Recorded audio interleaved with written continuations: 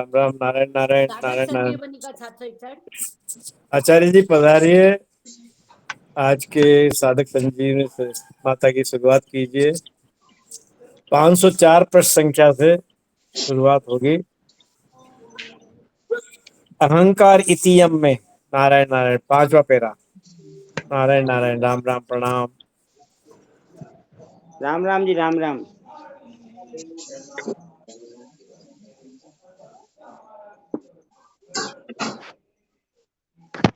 अहंकार इतियम में 7वें अध्याय का चौथा 5वां श्लोक चल रहा है।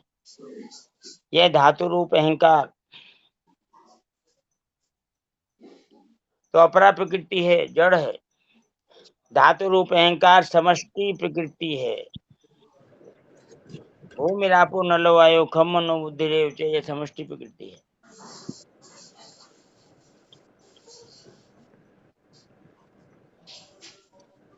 यह प्रकृति का है, जड़ है, नाश हो। हाँ बोलिए।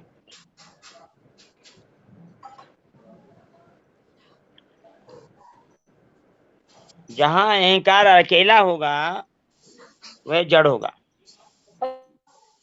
और जहाँ साथ में होगा वहां पे चित जड़ वाला होगा, ग्रंथि रूप होगा। जैसे मैं हूं,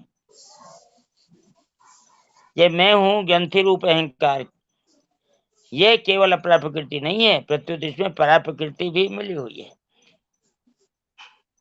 परा प्रकृति और अपरा प्रकृति दोनों मिलकर जो बनता है अहंकार, वो है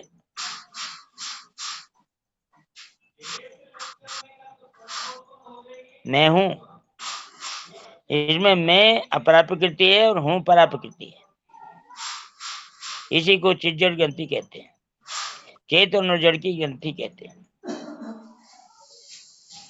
तत्व ज्ञान होने पर जन्म मरण देने वाला ग्रंथि रूप अहंकार तो नहीं रहता, पर अपरा प्रकृति का धातु रूप अहंकार रहता है। वो कहाँ जाएगा?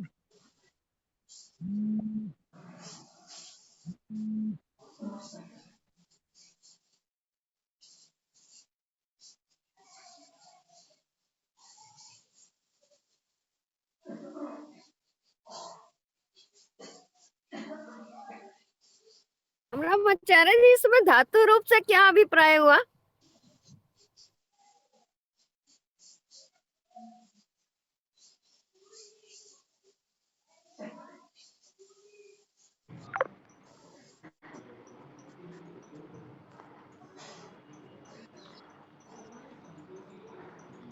हाँ जी, धातु रूप से है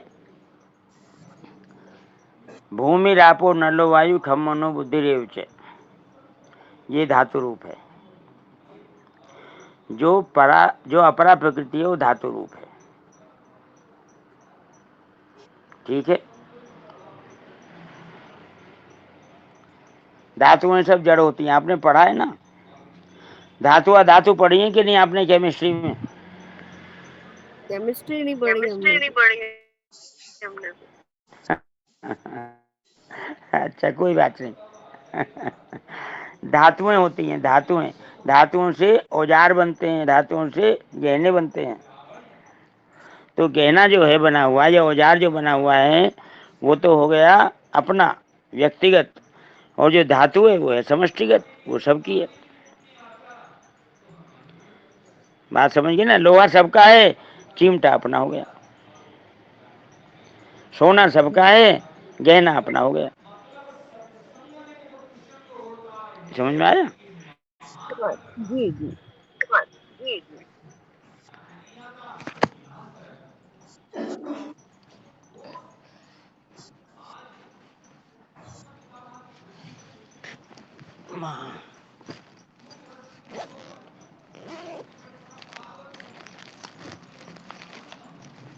तो समष्टिगत अहंकार बंधन कारक नहीं है,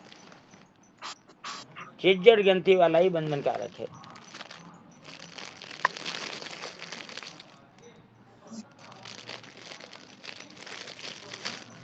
चिज्जड़ ग्रंथि वाला वो है जिसमें हम मिल जाते हैं।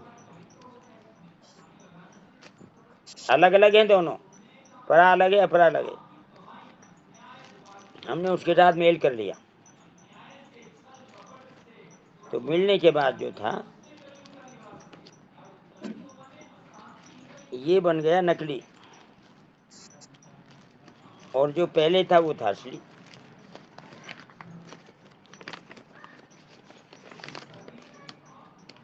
ठीक है,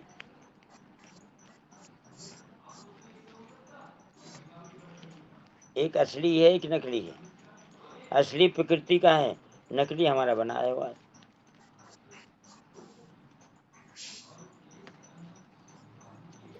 राम राम राम राम आचार्य जी। आचार्य जी। तत्व ज्ञान होने पर ज्ञान होने पर मेरी आवाज गूंज रही मेरी है क्या? आवाज गूंज रही है क्या? हाँ हाँ बोलिए। ये जो लास्ट लाइन ये जो जो है, लास्ट तत्व लाइन जो ज्ञान है, होने तत्व पर ज्ञान होने जन्म पर जन्म जन्म मरण देने वाला मरण ग्रंथि देने रूप वाला अहंकार ग्रंथि तो रूप नहीं अहंकार रहता, तो नहीं रहता, पर अपना पर प्रकृति अपना रूप प्रकृति रूप धातु धातु अहंकार रहता अहंकार है। रहता है। हाँ, ये नहीं समझ में ये आया नहीं थोड़ा समझ में सा। आया थोड़ा सा। वो कहाँ जाएगा? वो तो है गई प्रकृति, तो प्रकृति रहेगी, शरीर रहेगा, चला जाएगा कहीं बताओ? शरीर तो रहेगा। शरीर तो हाँ, रहेगा। हाँ, तो शरीर के साथ ही अहंकार है। अच्छा, मतलब इसका ज्ञान अच्छा, मतलब रहता है इसका कि ज्ञान मैं रहता है कि मैं आप काट कर दोबारा वो जोड़िए, डबल प्रकृति है। आवाज आ रही है। जी नारायण जी जी। नारायण डबल आवाज। प्रकृति तो अपनी जगह इंटैक्ट है, वो कहाँ जाएगी?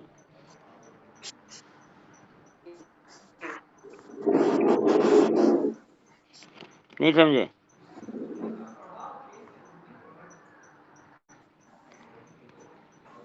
जी महाराज जी। जी महाराज जी।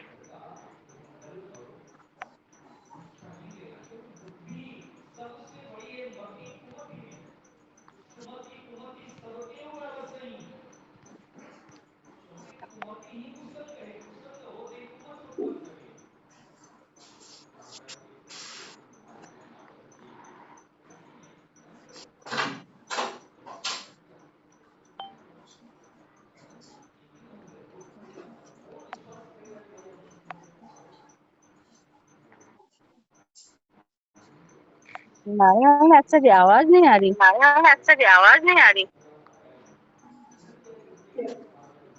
आपकी आवाज बहुत एको हो रही है। आपकी आवाज बहुत एको हो रही है।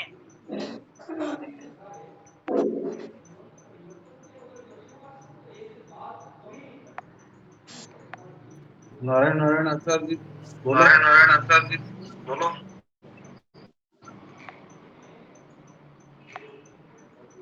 जी, आवाज एको हो रही है।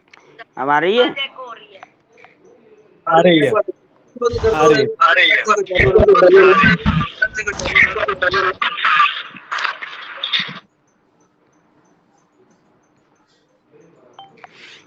अहंकार इतियम में भिन्ना प्रकृति रष्टधा। ये जो भिन्न वाला अहंकार है, ये कहीं नहीं जाता आता, ये तो जहाँ का तहाँ रहता है। ये जो नया बनता है चिज्जड़ ग्रंथि वाला, वो ही आता जाता है। बन गया तो जन्म मरण शुरू हो गया, छूट गया तो जन्म मरण खत्म हो गया।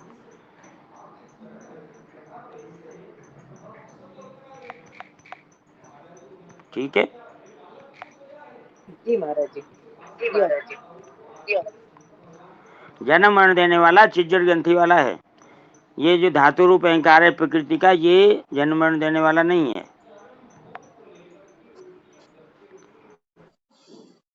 इससे कोई नुकसान नहीं है।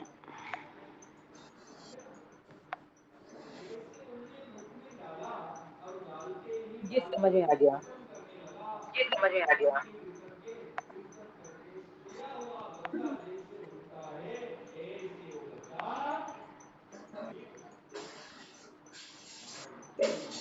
नुकसान से बचना है तो प्रकृति के अहंकार से संबंध जो जोड़ा है उसको छोड़ दो।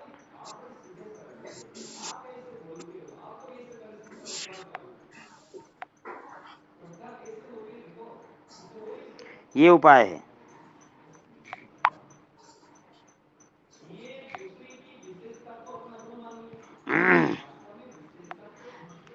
आगे चलते हैं। यह धातु रूप अहंकार तो अपरा प्रकृति का है, जड़ है, पर मैं हूँ यह ग्रंथि रूप अहंकार केवल अपरा प्रकृति नहीं है, प्रत्युत इसमें परा प्रकृति चेतन भी मिली हुई है। तत्व ज्ञान होने पर ये जन्म मरण देने वाला ग्रंथि रूप अहंकार तो नहीं रहता, पर अपरा प्रकृति का धातु रूप अहंकार रहता है। चेतन के अंदर ताकत है किसी को भी अपना बनाने की, जड़ के अंदर ताकत नहीं है किसी को अपना बनाने की। तो ये जो जड़ता वाला अहंकार है, भूमि रापो नलो वायु खम मनो बुद्धि च अहंकार इति, ये जड़ है। इसके साथ जो हम हैं, होनापन जो है हमारा, जो चेतन है हम, वो इसके साथ एकता करता है, संबंध स्थापित करता है, तादात्म्य करता है। कई शब्द प्रयोग होते हैं। जब इसके साथ एकता कर लेते हैं तो एक जुड़वा बन जाता है, वो होता है चिज्जड़ ग्रंथि, वो बंधन कारक होता है। जब तत्व ज्ञान हो जाता है तो ये बंधन छूट जाता है। तो वो जो प्रकृति का अहंकार है प्रकृति के पास रह गया, और हमने जो बनाया था वो खत्म हो गया। क्रिया और पदार्थ, हाँ जी, डुप्लीकेट बोल सकते हैं, डुप्लीकेट बन गया। हाँ डुप्लीकेट ही जन्मता मरता, जो डुप्लीकेट ही है, जो कष्ट उठाता है डुप्लीकेट ही उठाता है। जी। क्रिया और पदार्थ न तो पर प्रकृति में है और न परमात्मा में है, प्रत्युत अपरा प्रकृति में है। क्रिया और पदार्थ न तो परा प्रकृति में है न परमात्मा में, प्रत्युत अपरा प्रकृति में है। भूमि रापो नलो वायु खम मनो बुद्धि रेव च, इसी में है क्रिया, न परा प्रकृति में न परमात्मा में है।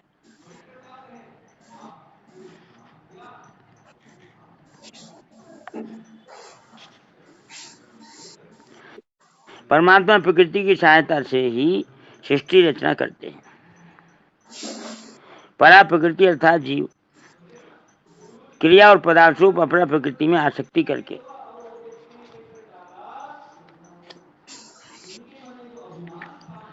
उसका आश्रय लेकर बंध जाता है। देखो तीन चीज है, एक परा प्रकृति जो हम हैं, एक अपरा प्रकृति जो प्रकृति है, एक परमात्मा। तो परमात्मा का संबंध दोनों से, अपरा से भी और परा से भी। परा का संबंध केवल परमात्मा से, अपरा से नहीं है। जब ये अपरा से संबंध स्थापित करता है तभी जन्म मरण रूप में पड़ जाता है, तभी ये चिज्जड़ ग्रंथि बन जाती है। चिज्जड़ ग्रंथि जब तक बनी रहती है तब तक जन्म मरण चलता रहता है। जैसे ही वो छूटती है तो जन्म मरण रुक जाता है।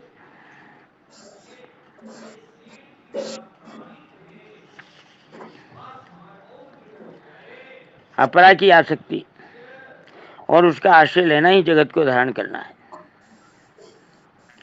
अपरा की ओर खिंचाव और उसका आश्रय लेना। आश्रय लेना क्या है कि इसके बिना हमारा काम नहीं चलेगा, ये जरूरी है। शरीर को जरूरी मानना, शरीर का आश्रय लेना,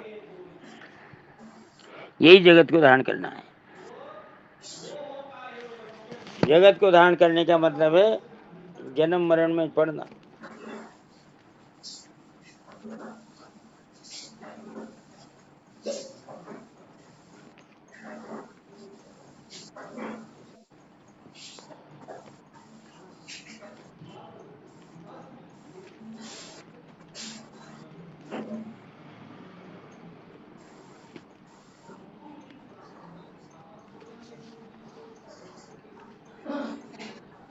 इसलिए भगवान ने 7वें अध्याय के आरंभ में ही मैया सक्त मना पार्थ योगम युंजन मदाश्रय पदों से अपने में आसक्ति, प्रेम करने और अपना आश्रय लेने की बात कही है।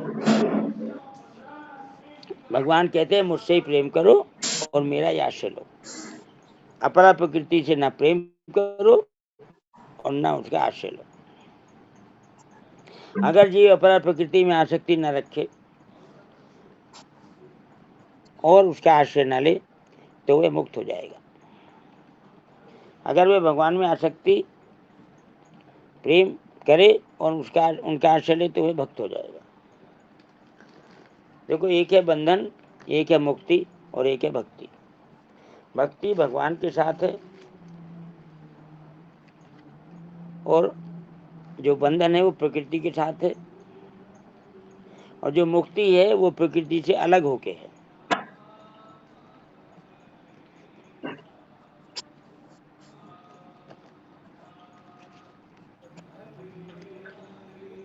प्रकृति के साथ मिलने से बंधन, प्रकृति के साथ ना मिलने से मुक्ति।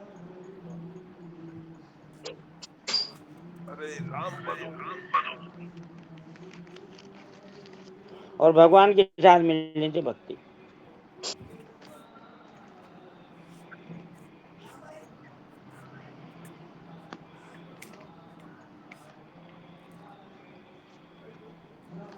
चलिए जी, ये बात समझ में आ गई? राम राम। राम राम जी, बोलिए।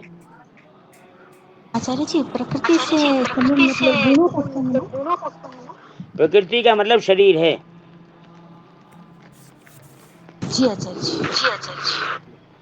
शरीर प्रकृति का है, हमने अपना माना।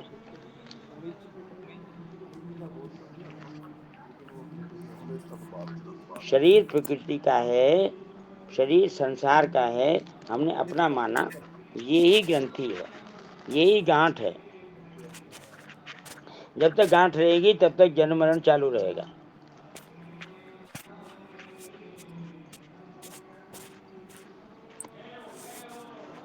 ठीक हो गया? जी आचार्य जी, होगा।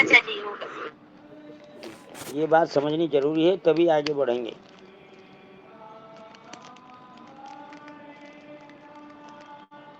भक्ति, मुक्ति और बंधन। भक्ति भगवान के साथ संबंध, बंधन संसार के साथ संबंध, और शरीर के साथ संबंध नहीं, ये है मुक्ति।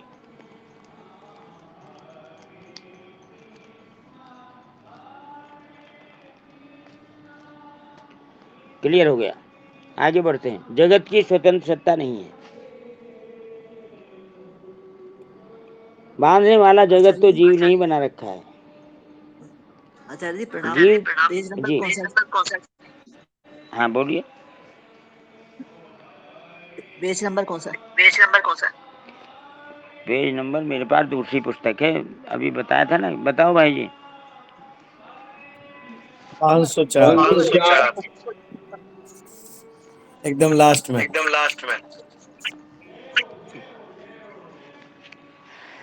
हाँ, जगत की स्वतंत्र सत्ता नहीं है। बांधने वाला जगत तो जीव ने ही बना रखा है। एक जीव भगवान, एक जगत भगवान का है, एक जगत अपना है। अपना जगत बांधने वाला है और भगवान का जगत बांधने वाला नहीं है। चिज्जड़ ग्रंथि वाला जो जगत है वो अपना है, वो बांधने वाला है। जो धातु रूपी है वो बांधने वाला नहीं है। जिस जगत के साथ हमने अपनापन कर लिया वो बांधने वाला बन गया। जगत की स्वतंत्र सत्ता नहीं है। बांधने वाला जगत तो जीव ने ही बना रखा है। कैसे बनाता है बांधने वाला ये जीव? इच्छा, द्वेष, सुखम दुखम, संघात और चेतना देती, इनसे मिलकर बनता है ये बांधने वाला जगत। इच्छा, द्वेष, सुख दुख, संघात, चेतना और देती, जिसको व्यक्तित्व कहते हैं, जिसको पर्सनैलिटी कहते हैं। जीव जगत को धारण करता है, अर्थात शरीर को अपना मानता है। इसी से सुख दुख होते हैं, बंधन होता है। 84 लाख योनियां, भूत प्रेत पिशाच देवता आदि योनियां तथा नरकों की प्राप्ति होती है।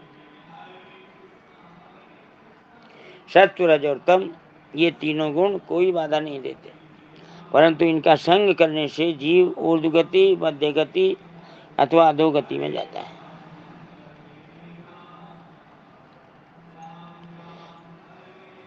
कारणम गुण संगों से सदसद योनि जन्म से।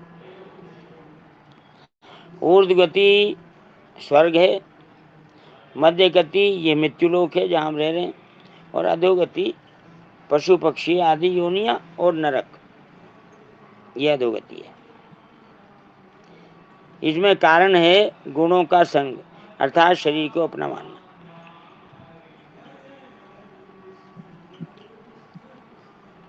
जन्म मरण में कारण है शरीर को अपना मानना। गुणों का संग जीव स्वयं करता है। अपरा प्रकृति किसी के साथ कोई संबंध नहीं करती, ये बात ध्यान दो। गुण किसी के साथ संग नहीं करते, हम ही गुणों के साथ संग करते हैं। गुणों का संग जीव स्वयं करता है। अपरा प्रकृति किसी के साथ कोई संबंध नहीं करती। संबंध न प्रकृति करती है, न गुण करते हैं, न इंद्रियां करती हैं, न मन करता है, न बुद्धि करती है। जीव स्वयं ही संबंध करता है। ये बात क्लियर हो जानी चाहिए।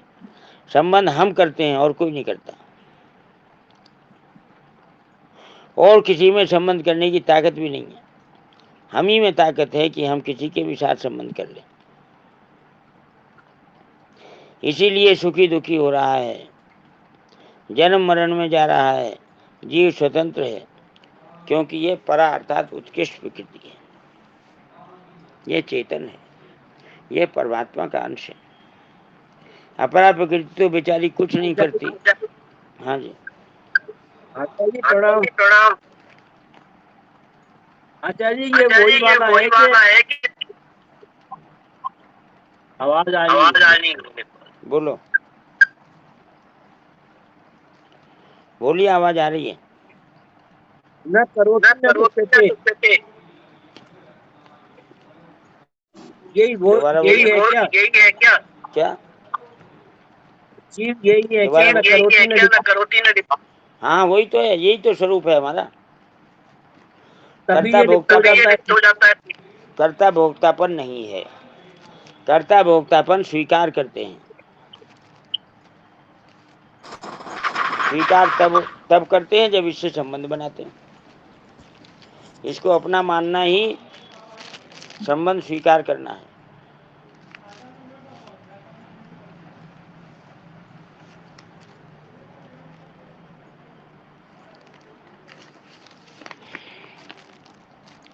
गुणों का संग जीव स्वयं करता है। अपरा प्रकृति किसी के साथ कोई संबंध नहीं करती। संबंध न प्रकृति करती है, न गुण करते हैं, न इंद्रियां, न मन, न बुद्धि। जीव स्वयं ही संबंध करता है, इसीलिए सुखी दुखी हो रहा है। संबंध ही सुख दुख का कारण है। जन्म मरण में जा रहा है। जीव स्वतंत्र है, क्योंकि यह परा अर्थात उत्कृष्ट प्रकृति है, यह श्रेष्ठ है। अपरा प्रकृति तो बेचारी कुछ नहीं करती, क्योंकि उसमें चेतना और कामना नहीं है। उससे संबंध जोड़कर उसका सदुपयोग दुरुपयोग करके जीव ऊंच नीच योनियों में जाता है, भटकता है। तात्पर्य है कि अपरिवर्तनशील होते हुए भी जीव विजातीय जगत के साथ संबंध जोड़कर परिवर्तनशील जगत रूप हो जाता है। यहाँ जगत शब्द परिवर्तनशील का वाचक है। जगत शब्द का अर्थ कहते हैं गच्छतीति इति जगत, जो हर समय जाता रहे उसका नाम जगत है। हमने इसी अध्याय के 13वें श्लोक की व्याख्या पढ़ी थी। त्रिविर्गुण में भावे देवी सर्वमिदं जगत मोहितम ना भी जानाति मामे बे परमव्ययम्।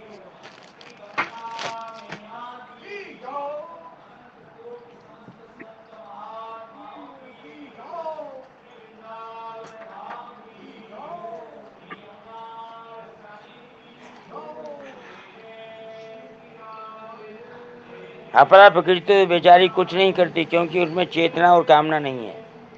उससे संबंध जोड़कर उसका सदुपयोग दुरुपयोग करके जीव ऊंच नीच योनियों में जाता है, भटकता है।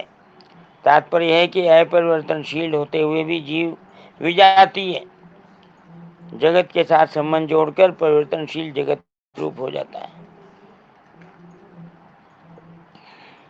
उसकी दृष्टि शरीर की तरफ ही रहती है, अपने स्वरूप की स्फुरना होती ही नहीं।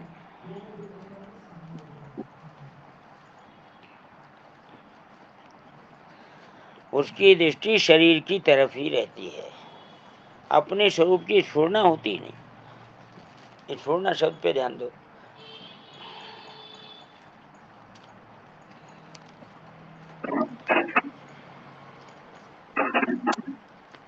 कभी ख्याल भी नहीं जाता उधर कि मैं कौन हूं। शरीर ही मानता रहता है अपने आप को।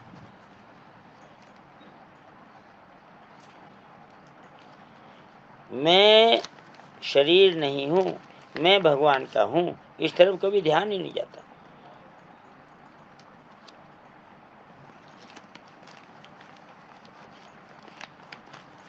ये छोड़ना ही नहीं होती। ये छोड़ना को तो हम विस्तार से पढ़ चुके हैं।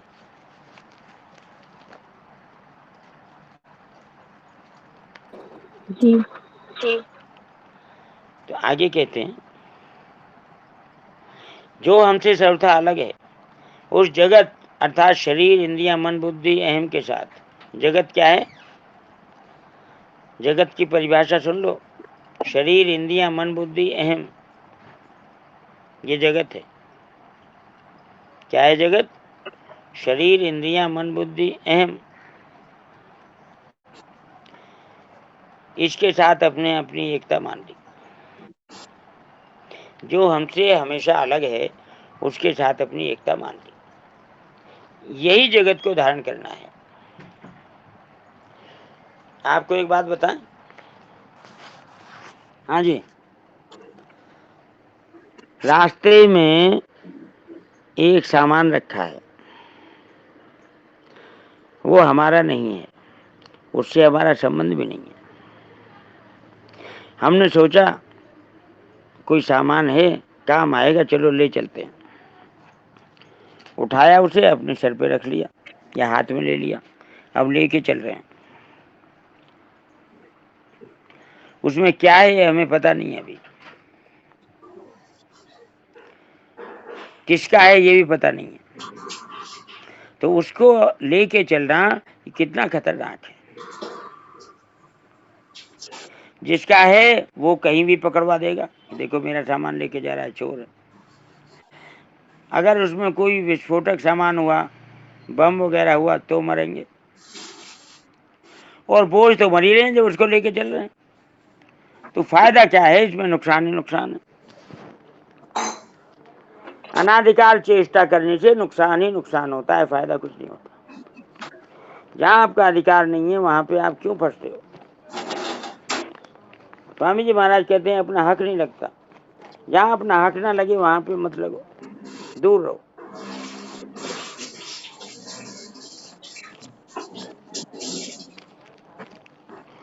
बेईमानी के कारण दुख मिलता है। बेईमानी ही दुख का कारण है। ईमानदार को दुखी नहीं होना पड़ता, और बेईमान दुख से बच नहीं सकता।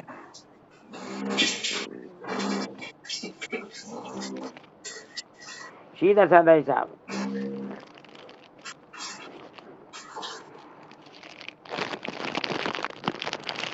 दूसरे की चीज को अपनी बनाना परेशानी है।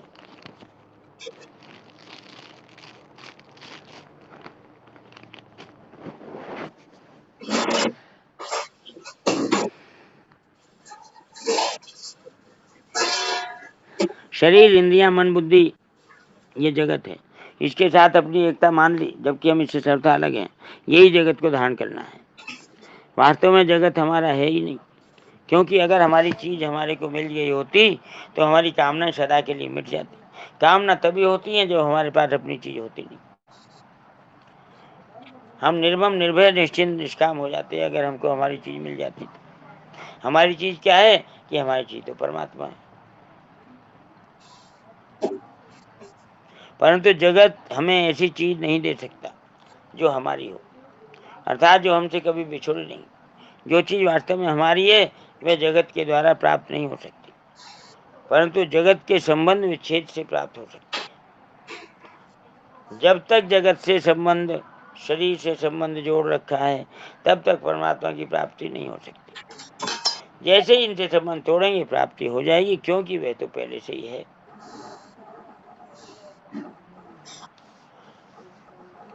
हमारी वस्तु है परमात्मा, हम उस परमात्मा के ही अंश हैं। ममैवांशो जीवलोके, 15वें अध्याय का 7वां। उसकी प्राप्ति का उपाय कर्मयोग की दृष्टि से यह है कि जगत से मिली हुई वस्तुओं को, शरीर आदि को जगत को ही दे दो, जगत की सेवा में लगा दो, और बदले में उससे कुछ भी बचा हो, कुछ भी आशा मत रखो।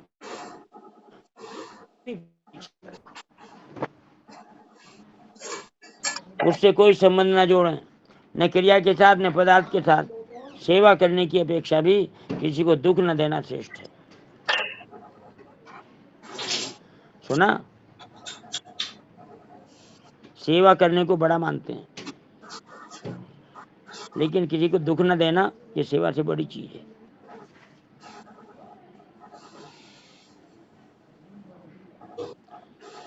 सेवा करने की अपेक्षा भी किसी को दुख न देना श्रेष्ठ है।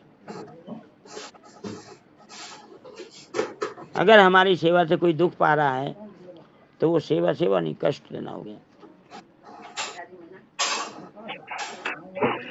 जैसे हमने सुना था कि कोई अंधा आदमी था, सड़क किनारे खड़ा था, उसको सड़क पार करनी नहीं थी, हमने सेवा के नाम पर उसे सड़क पार करा दी।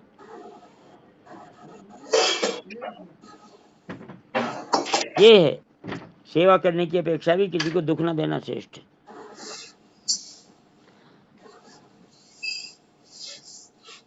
किसी को भी दुख न देने से, किसी का भी अहित न करने से सेवा अपने आप होने लगती है।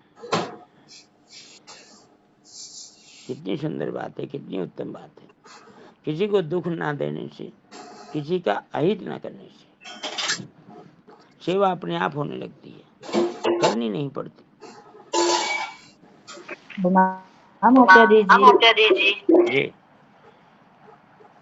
आचार्य जी जी आचार्य जी आदि। एक तो दुखी करना है, एक दुखी होना है। हाँ, तो ये इसमें करना जो है ये नकली क्या है। ये करना नकली है, करना है नकली। हाँ करने में दुख है। नहीं, एक तो सुखी करना है और एक तो दुखी करना है, और एक दुखी होना है। इसमें क्या अंतर है? मैं कह रहा हूँ ये करना जो है, चाहे सुखी करना कहो चाहे दुखी करना हो, दोनों ही नकली है। अच्छा, होना असली है, होना असली है।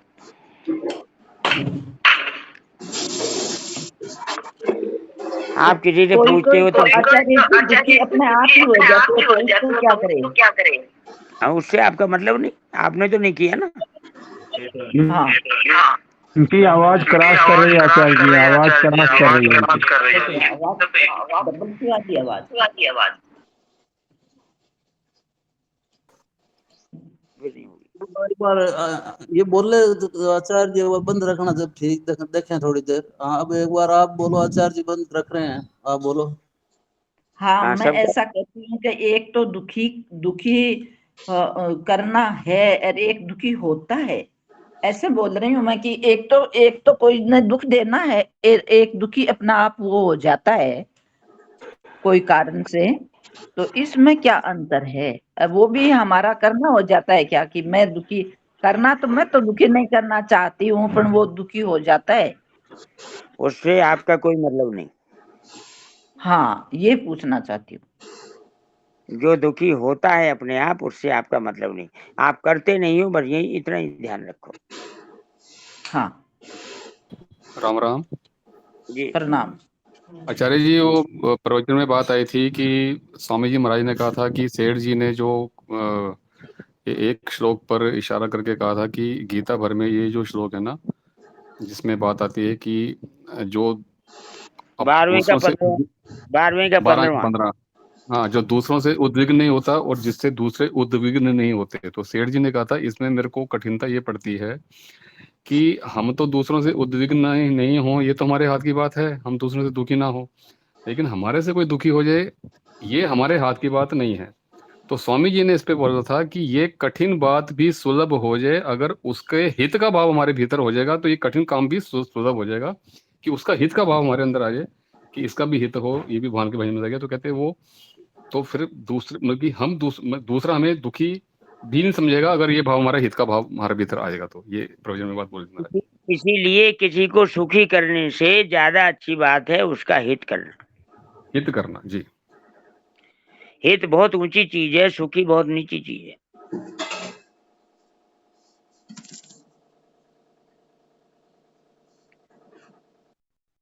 प्रणाम। आप किसी को और वचनों से हित में क्या फर्क है वो भी जरा बता दीजिए। आप किसी को वचनों से प्रसन्न कर सकते हो, हितकारी वचन बोलकर, और उसके हाथ पैर दबा के उसको दुखी करोगे। अच्छा, आप सोचते हो हाथ पैर दबा के ज्यादा सुख मिलेगा, इसे वचन बोलने से कब मिलेगा। आपकी सोच खराब है।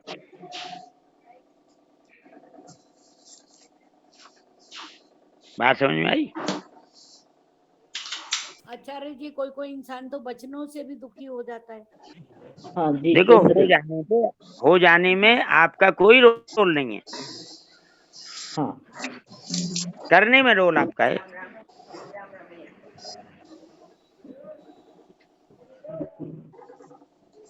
आप करो मत, जी, जी हो आचार्य जाना जी, यही से हाथ की बात है, आपके हाथ की बात नहीं है।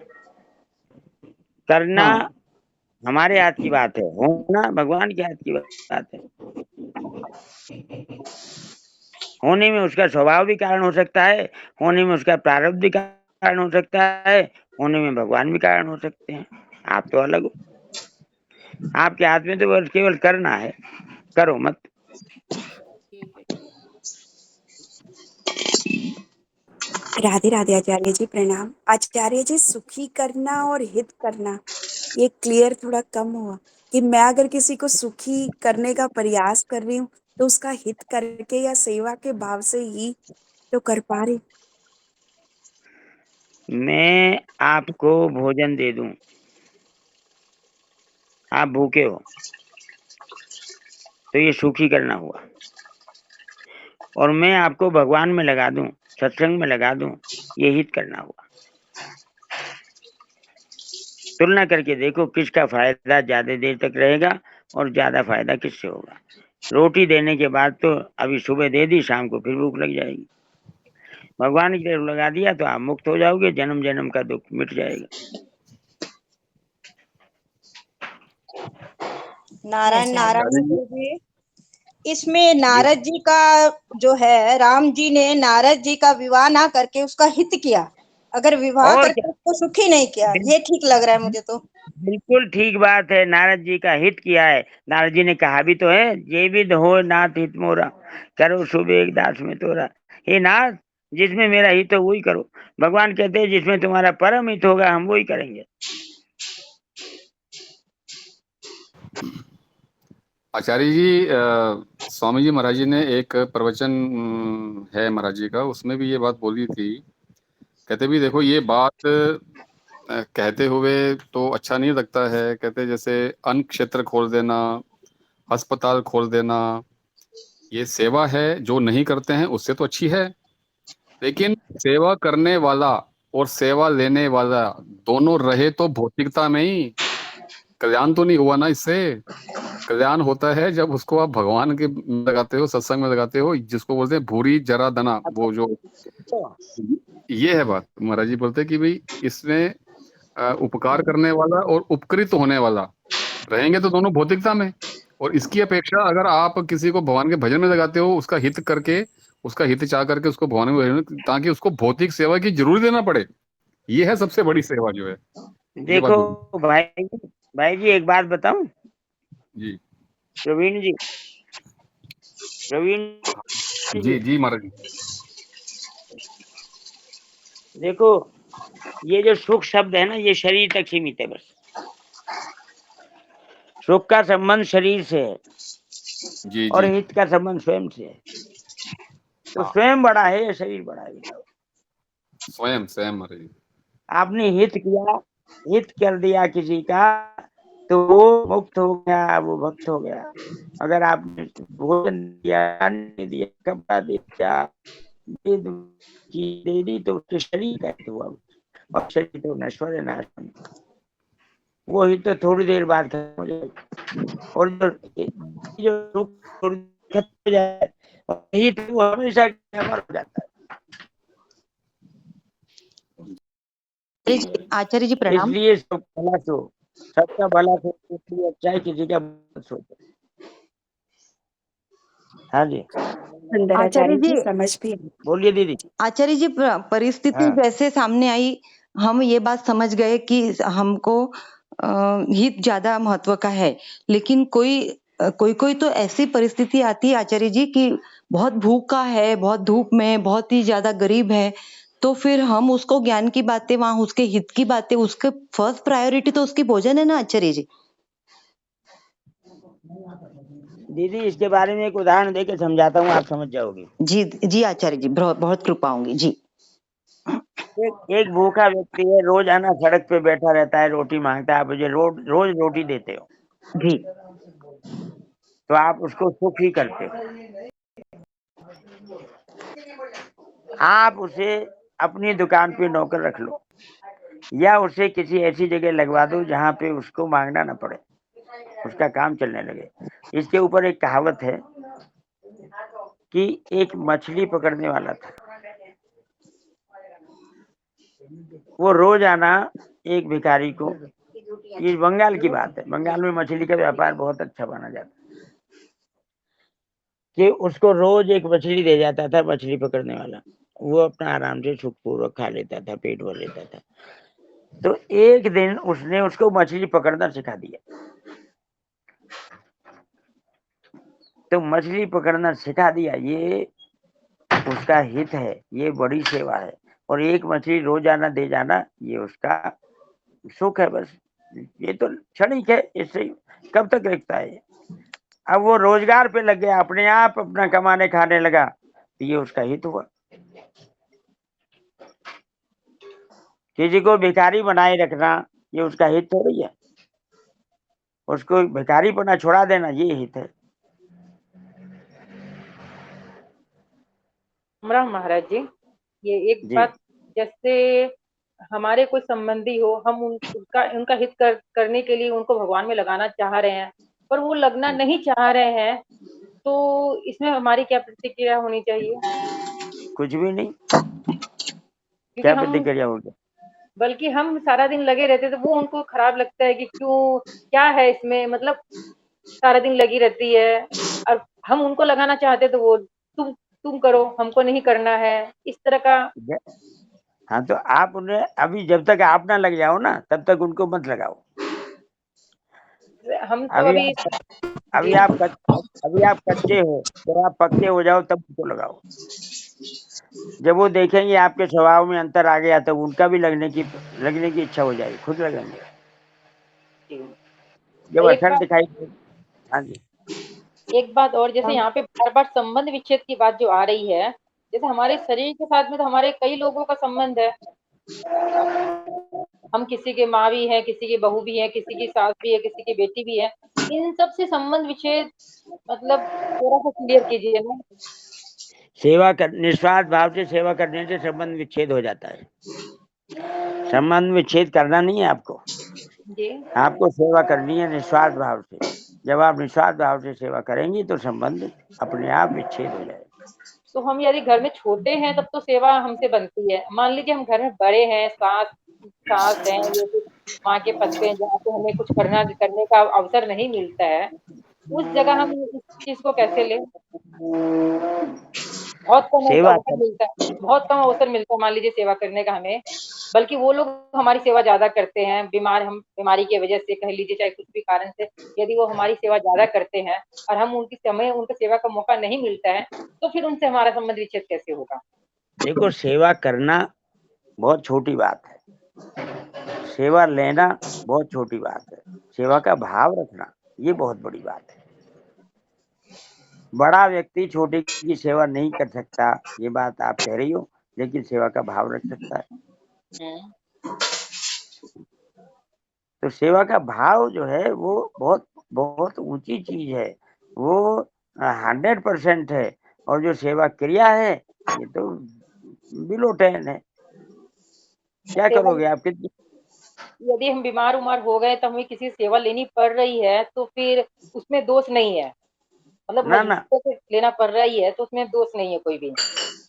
आपको लेनी पड़ रही है, इससे अच्छा है कि वो देना चाहता है। वो भाव तो है सामने वाले में, वो भाव तो है। वो देना चाहता है, ये बात ज्यादा अच्छी है। आप लेना चाहते हो, ये बात कम अच्छी है।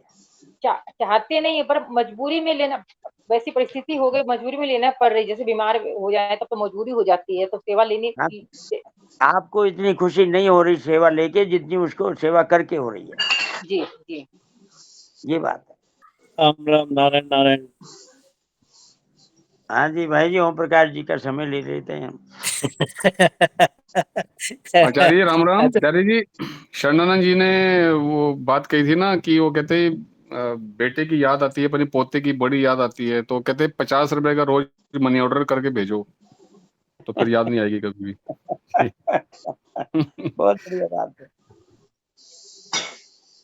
ये फ्री का जो काम है ना, इसमें आदमी फंसा रहता है, थोड़ा सा खर्चा करे तो छूट जाता है। स्वामी जी महाराज ने कहा है कि किसी के मरने का ज्यादा दुख हो रहा हो, ज्यादा याद आती हो, तो छोटे बच्चों को जलेबी बांटो, तुमने खिलाओ पिलाओ, लड्डू बांटो, तो फिर जो है वो छूट जाएगी, याद नहीं आएगी फिर मरने वाले की।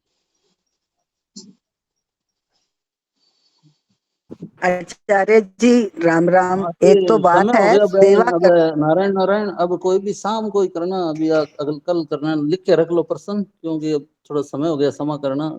आज ही रामानुज जी बुलाओ फिर ओम प्रकाश जी। राम राम, ओम प्रकाश जी आओ, पधारो। स्वामी जी की साथ साथ बातें बताओ भाई जी। नारायण नारायण, राम राम, प्रणाम। नारायण नारायण नारायण नारायण। एक सभी सभी से को प्रार्थना प्रणाम। है, ओम प्रकाश भाई जी एक मिनट रुकना। सभी बहन भाइयों से प्रार्थना है कि अपने सब इसमें सहयोग करें, 55 तक अपने प्रश्न पूछने ना पूछ ले, ताकि उसके बाद देखो आप पूछो और हम लोग कहें ना, तो हमें भी एक अच्छी बात नहीं है, ये हमारे लिए शर्म की बात है।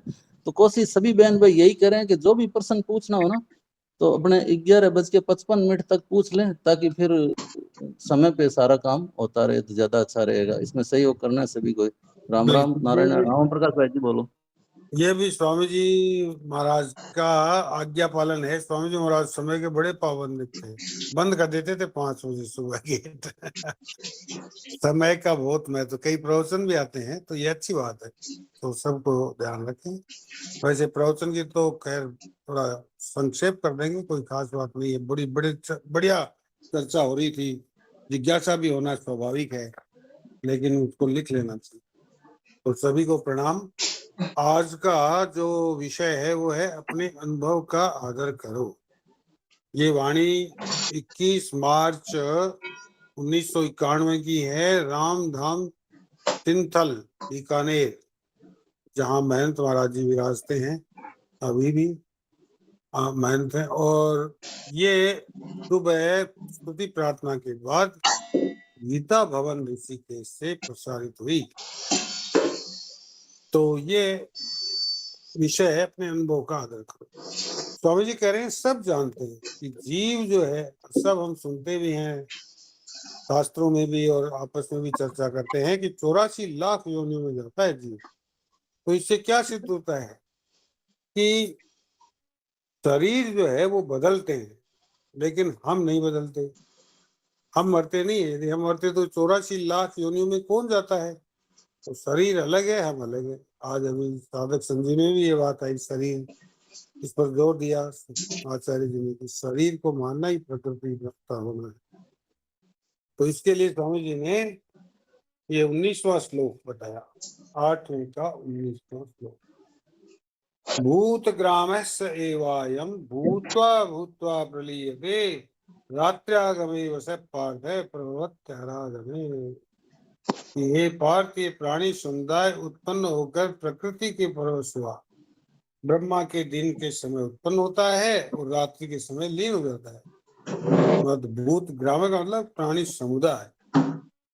तो ये जो है, ये जैसे रेलगाड़ी पर चढ़ने से मनुष्य परवश हो जाता है, वैसे ही जहाँ जाना पड़ता है उसको। तो शरीर के साथ हम जो संबंध जोड़ लेते हैं, इससे हम प्रकृति के परवश होते हैं। नहीं तो प्रकृति जैसे ये अपरा प्रकृति से हमारा कोई संबंध नहीं है। ये भगवान के दोनों अपरा और परा, लेकिन हमारा संबंध केवल भगवान से है, स्वयं का।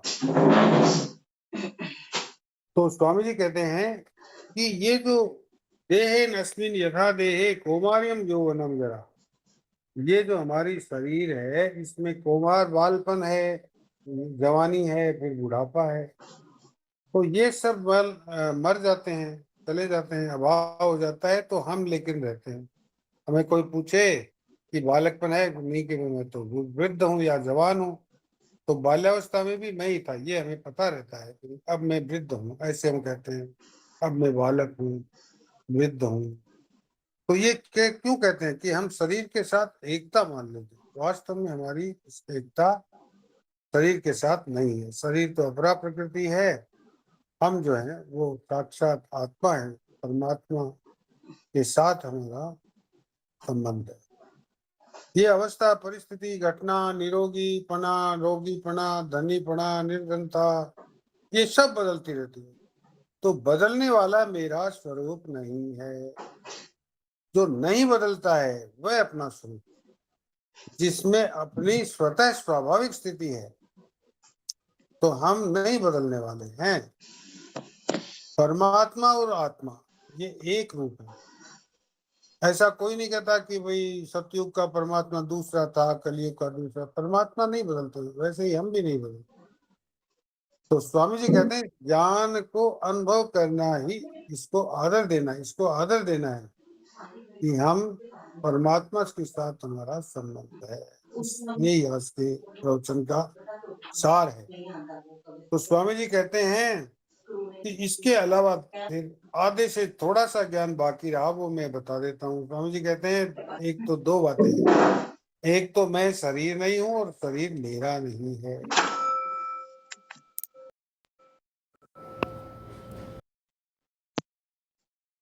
अधिपत्य नहीं चलता शरीर पर, तो इसलिए शरीर मेरा भी नहीं है। और तीसरी बात यह है कि शरीर मेरे लिए भी नहीं है, क्योंकि यदि शरीर मेरे लिए होता तो फिर शरीर तो हमें मिला हुआ है, मिल गया, तो फिर दूसरी कोई चीज चाहना बाकी नहीं रहती। लेकिन ये हमारी जो है कामना रहती है, इसका मतलब शरीर मेरे लिए नहीं है। ये शरीर बदलता है, हम नहीं बदलने वाले हैं, इसलिए ये मेरे लिए भी नहीं है। तो जो भी जो है शरीर संसार की सेवा के लिए मिला है हमें, तो उसको सेवा में लगा दो। सेवा से जो फल मिलेगा वो अपना है। हालांकि फल की इच्छा नहीं करनी है, निष्काम सेवा करनी है। नाशवान शरीर हमारे अविनाशी स्वरूप को क्या निहाल करेगा। स्वामी जी कह रहे हैं हमारा स्वरूप अविनाशी है, नित्य है, और ये जो शरीर है वो नाशवान है, नित्य है, प्रतिक्षण अभाव में जा रहा है। आवाज नहीं आ रही क्या? तो ये जो हमें कोई निहाल नहीं करेगा। जैसे कारणं गुण संगस्य सदस्य योनि जन्मसु, अभी आचार्य जी ने भी ये बताया था कि गुणों के संग के कारण हम उच्च या नीची योनि में हमारा जन्म होता है, जन्म मरण होता है। अब स्वामी जी कह रहे हैं कि ये शरीर हमारा धोखेबाज है, इससे सावधान रहो। हम इसको बचपन से इसको भोजन दे रहे हैं, पानी दे रहे हैं, इसको नहला रहे हैं, इसमें और भी डेकोरेट भी कर रहे हैं, लेकिन ये शरीर इतना मतलबी है कि इसको 2 दिन हम भोजन नहीं दें, ध्यान नहीं रखें तो ये क्षमा नहीं करता है हमें। शरीर 2 दिन तो क्या, 1 दिन भी यदि पानी नहीं दे टाइम तो ये फिर जो है हमें क्षमा नहीं करता, नाराज हो जाता। दूसरी बात, ये शरीर अशुद्ध भी है। कैसे कि जैसे जितने आदमी ये शरीर इकट्ठे होंगे उतना ही प्रदूषण फैलेगा। जंगल में हम चले जाएं तो जंगल की हवा को प्रदूषित कर दे, तो ये अशुद्ध भी है। स्वामी जी दृष्टांत देते हैं कि कुछ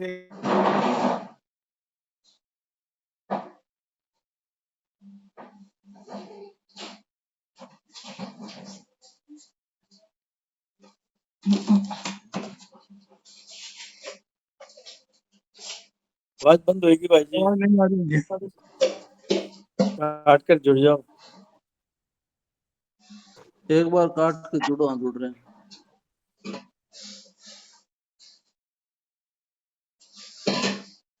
हाँ राम राम, अब आ रही है क्या?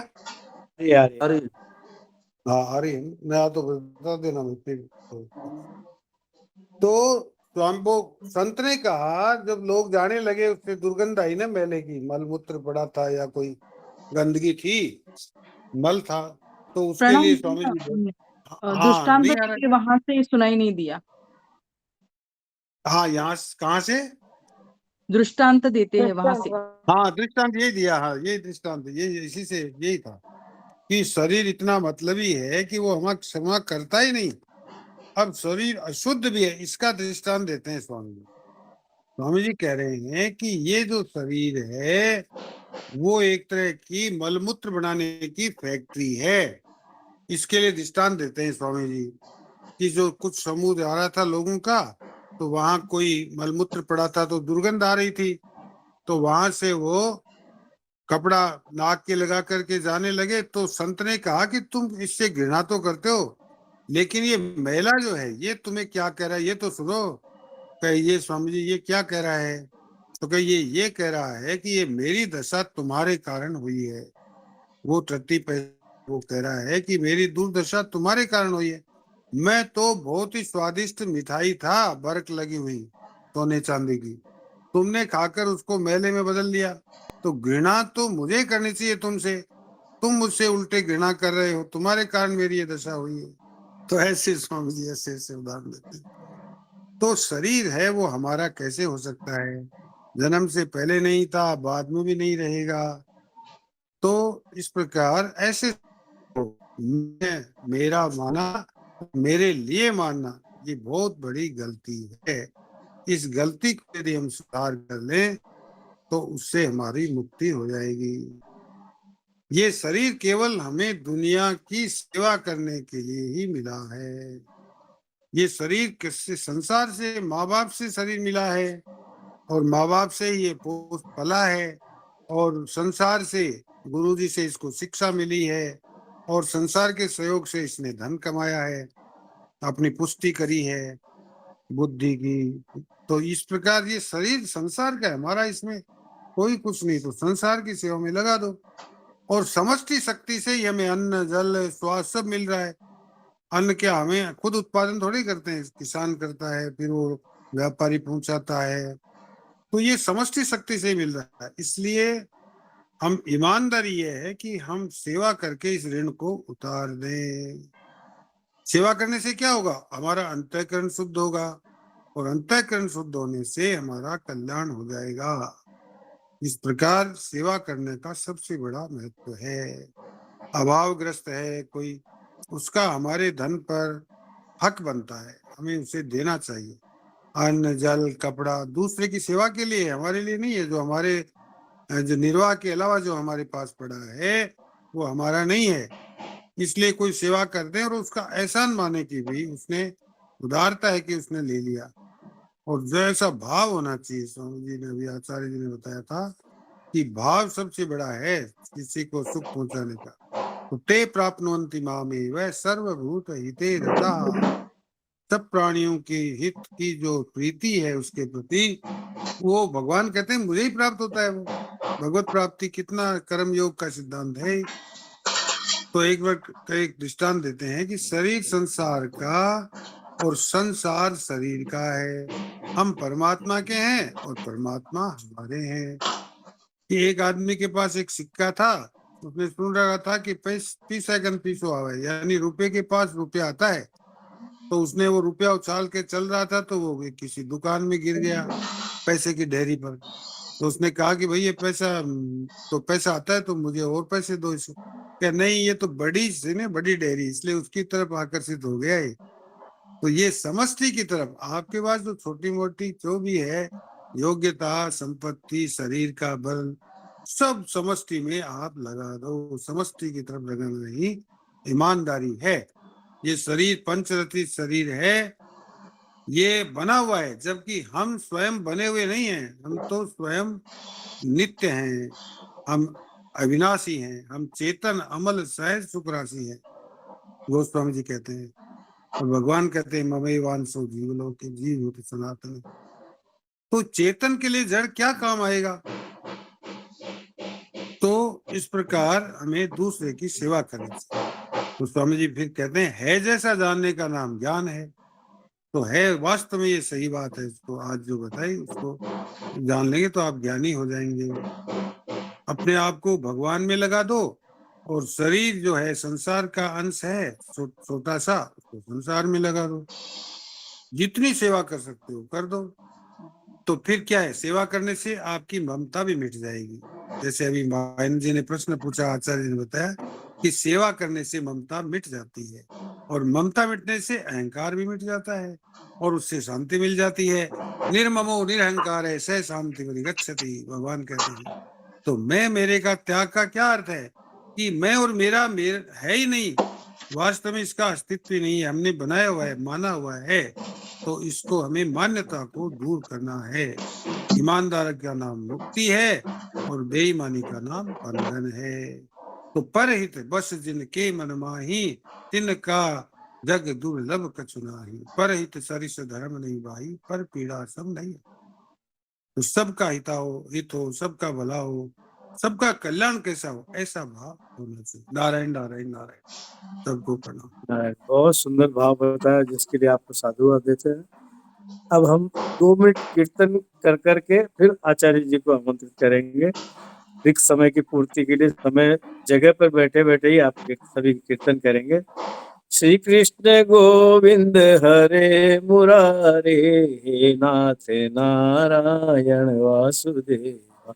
श्री कृष्ण गोविंद हरे मुरारे, हे नाथ नारायण वासुदेवा। श्री कृष्ण गोविंद हरे मुरारे, हे नाथ नारायण वासुदेवा।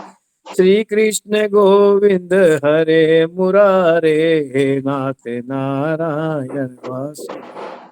हे नाथ नारायण वासुदेवा। श्री कृष्ण गोविंद हरे मुरारे, हे नाथ नारायण वासुदेव।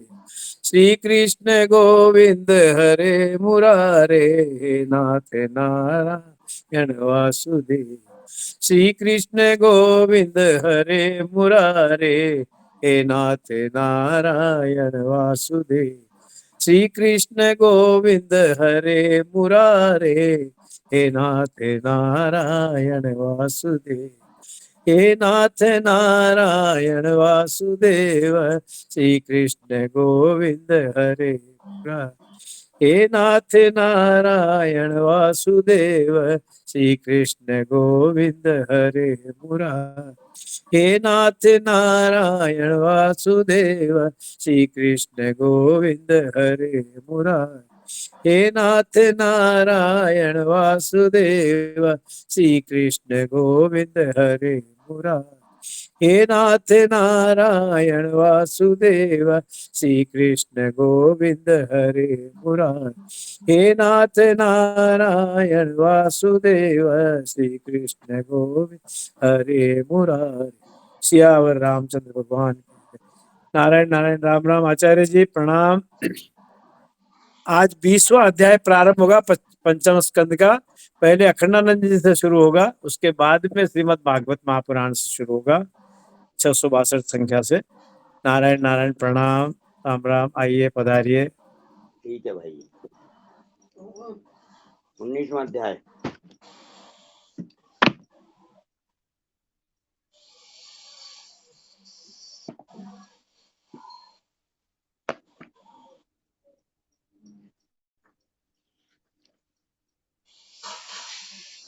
होगा 20वां 20वां होगा आचार्य जी प्रणाम।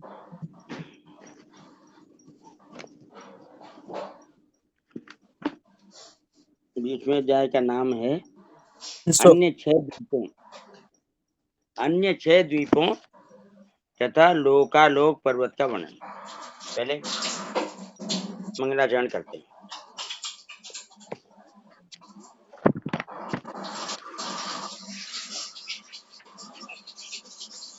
नारायणं नमस्कृत्य नरं चैव नरोत्तमं देवीं सरस्वतीं व्यासं ततो जयमुदीरयेत्।